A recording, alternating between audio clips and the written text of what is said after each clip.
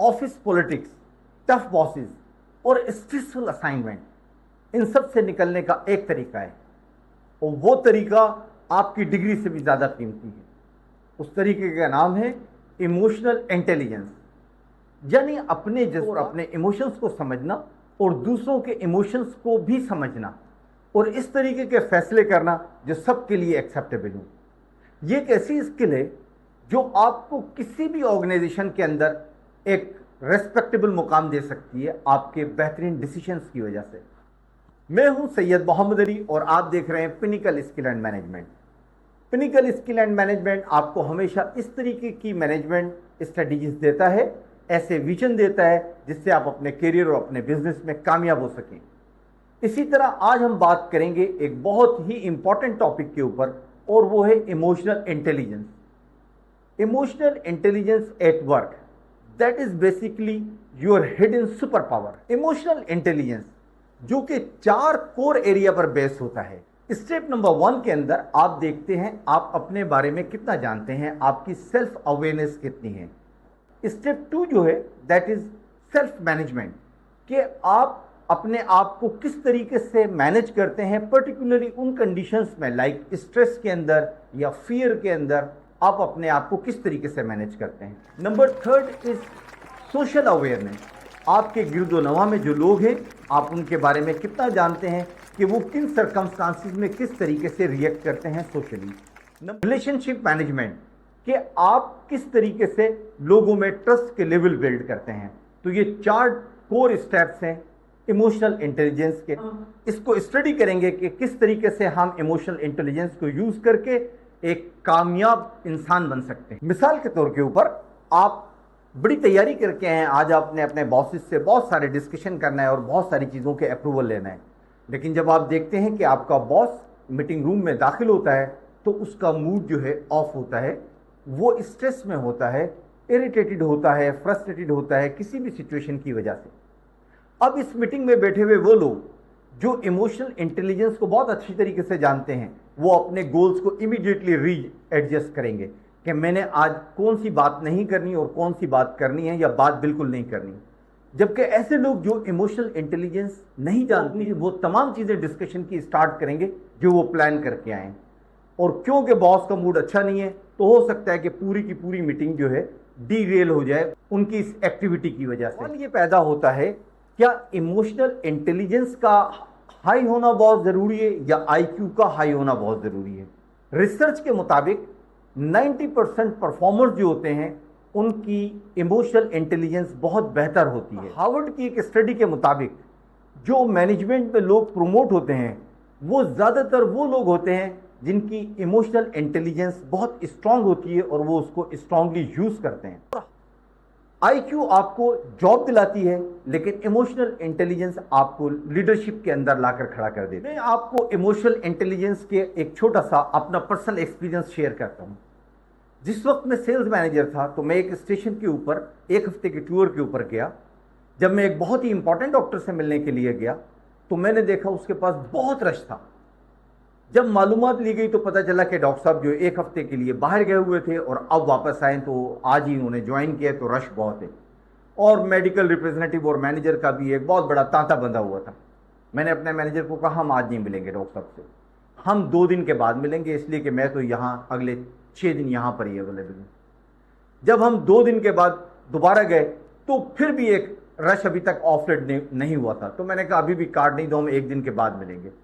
जब हम थर्ड हमने उनको अटेम्प्ट किया तो न सिर्फ ये कि हमारी डॉक्टर साहब से मुलाकात हुई और हमने उनको बताया कि क्योंकि मैं तो आया हुआ हूँ 3-4 दिन हो गए, तो उन्होंने कहा अली साहब आप मिलने आज आ रहे हैं। तो मैंने उन्हें बताया कि नहीं, मैं 3 दफ़ा आपके पास आ चुका हूँ, लेकिन क्योंकि मैंने आपके पास रश देखा तो मुनासिब नहीं समझा कि आपको उस वक्त डिस्टर्ब करूँ, क्योंकि मेरा तो 1 हफ्ते का स्टे था। तो मैंने कहा जब आप थोड़ा सा ईज आउट हो जाएंगे तो फिर मैं आपसे मुलाकात करूँगा।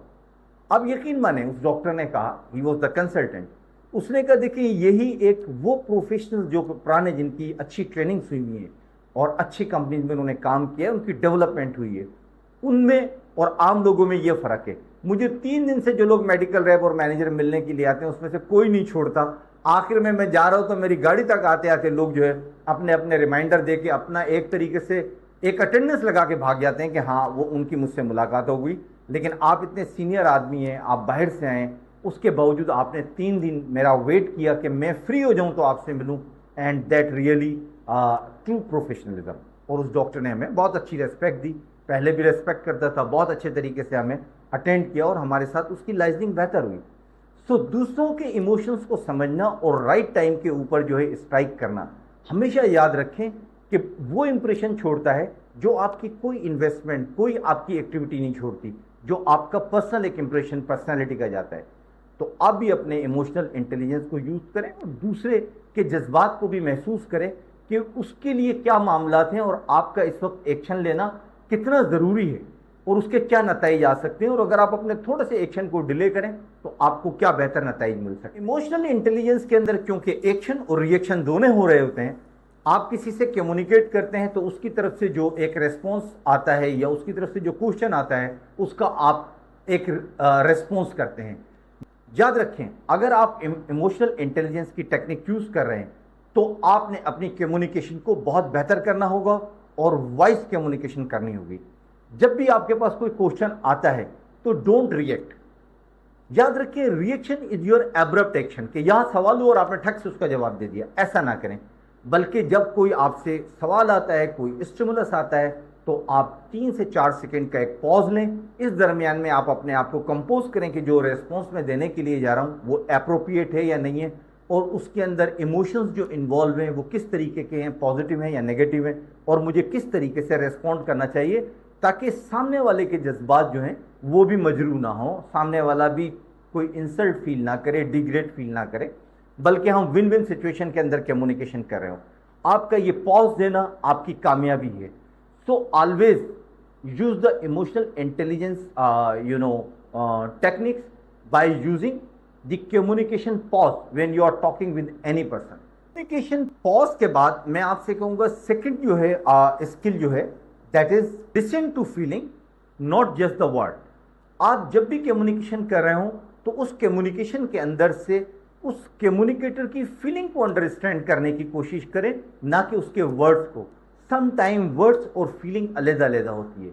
मिसाल के तौर के ऊपर, अगर आपका बॉस आपके साथ बात करना नहीं चाह रहा, उसके पास कोई काम भी मौजूद नहीं है, और आप उससे कहते हैं कि सर मैंने आपसे बात करनी है, लेकिन वो कहते हैं नहीं यार अभी मेरे पास टाइम नहीं है। आप देख रहे हैं कि उसको वो किसी काम में ना पहले मशगूल था ना अभी मशगूल है, लेकिन वो कह रहा है कि मेरे पास टाइम नहीं है। तो ये कंट्राडिक्टरी स्टेटमेंट है। तो आपको उसके वर्ड्स पे नहीं जाना चाहिए, उसकी फीलिंग पे जाना चाहिए कि इस वक्त ये कंफर्टेबल फील नहीं कर रहा मुझसे बात करते हुए, तो अगर मैं बात करूंगा तो शायद हमारा एक पिच पे आना डिफिकल्ट हो जाएगा और हमारे दरमियान डिफरेंसेस होंगे, तो मुझे इस वक्त इस कम्युनिकेशन को अवॉइड करना चाहिए। इसको कहते हैं कि आप फीलिंग्स को एनालाइज करें, ना कि सिर्फ वर्ड्स। जब आप लोगों की फीलिंग को अंडरस्टैंड करते हैं और उनको एक बीच में मार्जिन देते हैं और रेस्पेक्ट देते हैं, तो याद रखें कि आपके लॉन्ग टर्म ट्रस्ट के लेवल डेवलप होते हैं अपने कोलीग के साथ या अपने बॉस के साथ, जो कि बहुत ज़रूरी है आपकी कामयाबी के लिए। चलिए अब हम ये सीखते हैं आप अपने इमोशनल इंटेलिजेंस की जो स्किल्स हैं उसको किस तरीके से बूस्ट कर सकते हैं, किस तरीके से इंप्रूव कर सकते हैं। तो याद रखिए, सबसे पहला असूल है रिफ्लेक्ट। अपने रिफ्लेक्शन, डे के जो आपके रिफ्लेक्शन थे उसको मॉनिटर करें।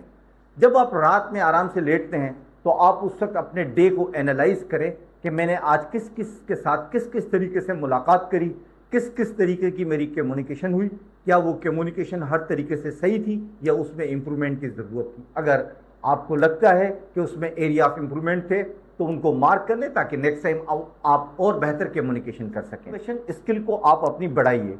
जब आप मीटिंग में बैठे हों तो लोगों को ऑब्जर्व करें, अपने बॉस को ऑब्जर्व करें, अपने कुलीग्स को ऑब्जर्व करें, उनकी कम्युनिकेशन को ऑब्जर्व करें, उनके रेस्पॉन्सेस को ऑब्जर्व करें, उनके कोई कॉन्फ्लिक्ट डेवलप होते हैं उसके रीज़न को ऑब्जर्व करें, उनके कॉन्फ्लिक्ट रिजॉल्व होते हैं उनके उसको ऑब्जर्व करें, और अपनी कम्युनिकेशन को आप ऑब्जर्व करें।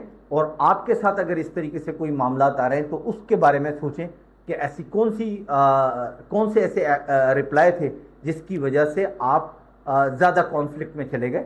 आपको फ्यूचर में इस तरीके की तमाम कम्युनिकेशन को अवॉइड करना है, इसलिए ऑब्जर्व करें तमाम चीज़ों को। नंबर 3, अपनी कम्युनिकेशन के बारे में, अपने रवैये के बारे में, अपने एटीट्यूड के बारे में अपने दोस्तों से पूछें, अपनी फैमिली मेम्बर्स से पूछें, आप जब उनके साथ कम्युनिकेट करते हैं तो वो कितना कंफर्टेबल फील करते हैं और आपको किस तरीके से रेटिंग करते हैं, वो आपको बताएंगे कि ऐसी कौन सी चीज़ें हैं जो आप करते हैं जिसकी वजह से वो थोड़ा सा अनकंफर्टेबल हो जाते हैं। तो उन चीज़ों को लर्न करें और उनको अपनी पर्सनैलिटी में से रिमूव करें, ताकि आप एक अच्छे कम्युनिकेटर बन जाएं और तमाम लोग आपसे प्यार करें और तमाम लोग आपकी रेस्पेक्ट करें और आपका बॉस भी आपके साथ बहुत अच्छा रिलेशनशिप मेंटेन करे। हमारी वीडियोस जो हैं वो आपकी डेवलपमेंट के लिए हैं। हम बड़ी मेहनत से तैयार करते हैं, बहुत सारी रिसर्च करते हैं, इसके बारे में चीज़ें निकालते हैं, डेटा कलेक्ट करते हैं ताकि आपको बेहतर तरीके से कम्युनिकेट कर सकें और ऐसी चीज़ें कम्युनिकेट करें जिससे आपके अंदर कुछ तब्दीली वाक़या हो और आप यकीनन उससे आगे की तरफ आपको जाने में कुछ हेल्प मिल सके। हमारी इन वीडियोस को अपने कुलीग्स के साथ शेयर करें। यकीनन ये एक अच्छी बात है, आप उनको एक अच्छा गिफ्ट दे रहे होंगे हमारी वीडियोस की शक्ल में, ताकि वो भी अपने अपने रेस्पेक्टिव करियर में आगे की तरफ बढ़ सकें। तो हमारी बेस्ट विशेज़ हैं आपके करियर के लिए, आपकी डेवलपमेंट के लिए। हमें अपनी दुआओं में याद रखिएगा। मिलते हैं अगली वीडियो में एक नए टॉपिक के साथ। Till that time, bye.